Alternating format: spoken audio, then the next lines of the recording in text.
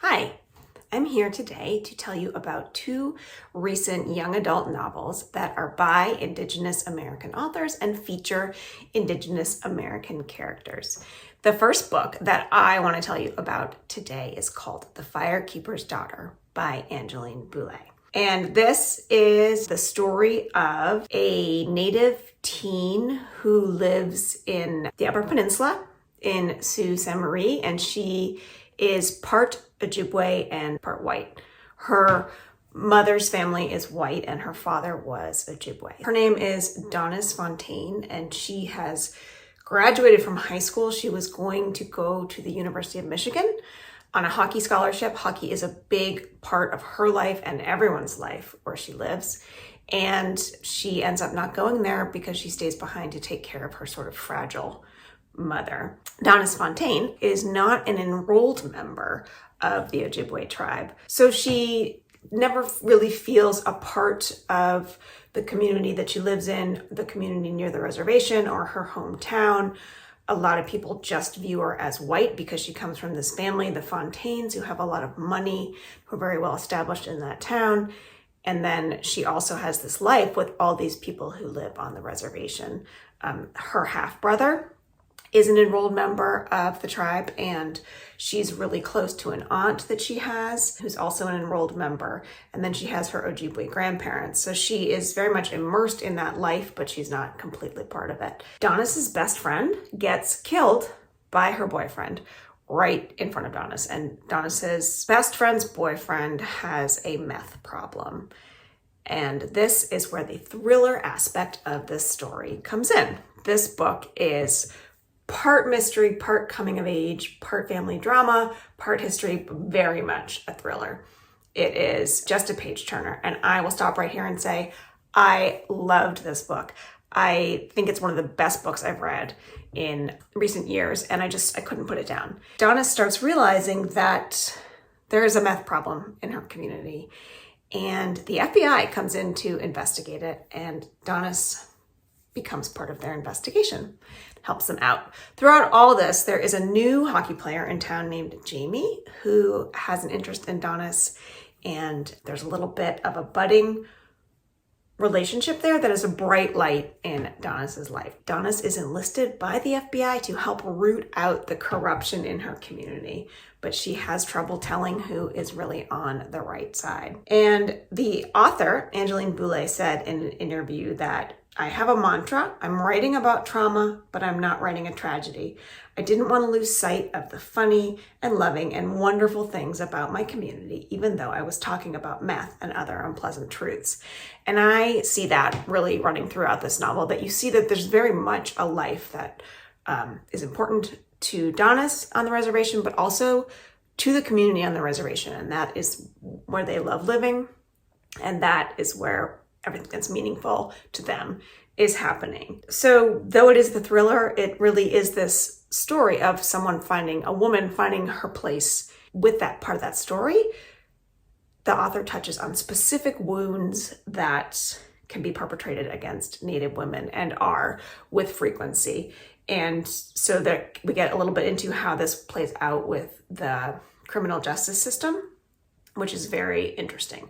So you're getting this mystery, you're learning a lot about history and current events, and then there's this coming of age story and a little bit of a love story. This book is about community.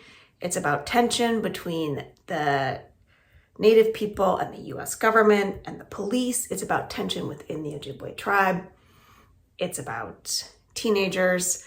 It's about love. It's about finding yourself. There's a lot packed into it. Time magazine named this one of its 100 best books.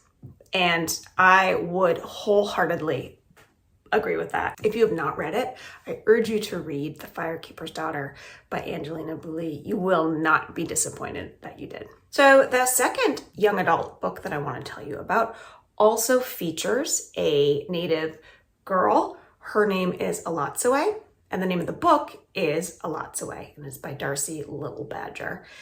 Lotsaway goes by Ellie. Ellie and her family are Lipan Apache living in Texas. And this novel is really interesting because Ellie and her family and her friends live in a world that's very similar to ours, but this world also includes vampires and monsters and ghosts. So there's an element of magical realism. There's an element of the paranormal. In fact, Ellie would like to become a paranormal investigator. And Ellie has a gift that she has inherited down through the women in her family. Her mother has this gift. Her grandmother had this gift. Her great-grandmother had this gift. And her sixth great-grandmother, as Ellie calls her, also named Lotsaway, has this gift, which is the ability to raise the dead. So one of Ellie's best friends is a dog named Kirby, who has been her dog for many years, some of those years alive and some of them dead. Kirby is a ghost dog, and he is a wonderful character in this book. Seeing someone play with a ghost dog, like imagine tossing a ball to a dog that nobody else can see, what that would look like. So I really loved the scenes with Kirby. Ellie's sixth great-grandmother, the other Lotsaway, actually has a pet woolly mammoth that she raised from the dead. It's made very clear to Ellie early on that this gift is never to be used on humans. Humans never come back in a kind way. Human ghosts always have something that they're seeking, and it makes their behavior, it's actually not even really them. It's just this vengeful spirit.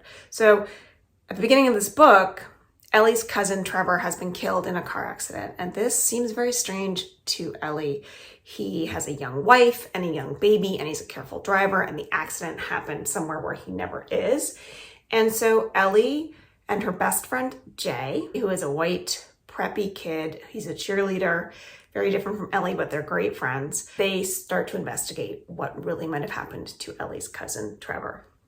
Ellie and Jay's friendship is another strong point in this book. Ellie is asexual. It's not a big facet of the story, but it just is. And it's something that Jay's accepted about her and her family's accepted about her. There are not a lot of young adult books with strong asexual characters. So Ellie's friend Jay is descended from Oberon. So he also has his own gift, which is sort of to create light in his hand.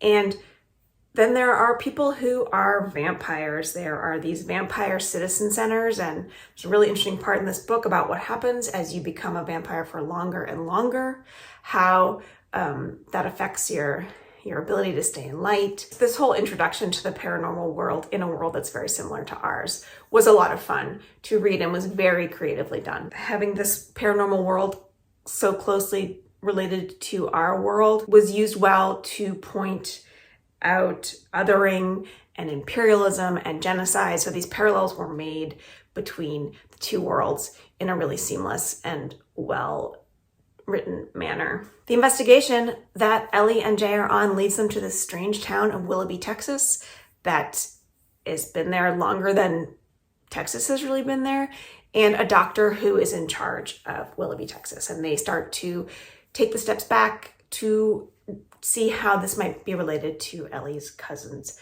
death. And in this town of Willoughby, Ellie and Jay encounter things that are even stranger than the vampires and the monsters and the ghosts that they have already encountered. Throughout the story, Darcy Little Badger gives us a lot of pieces of the history of the Lipan Apaches and pieces of their culture. So there was a really strong thread of an Indigenous narrative in this book as well. It was a delight to read. Ellie was a great character who I became very attached to. And this was a debut young adult novel for Darcy Little Badger. I look forward to reading more from her. Thanks.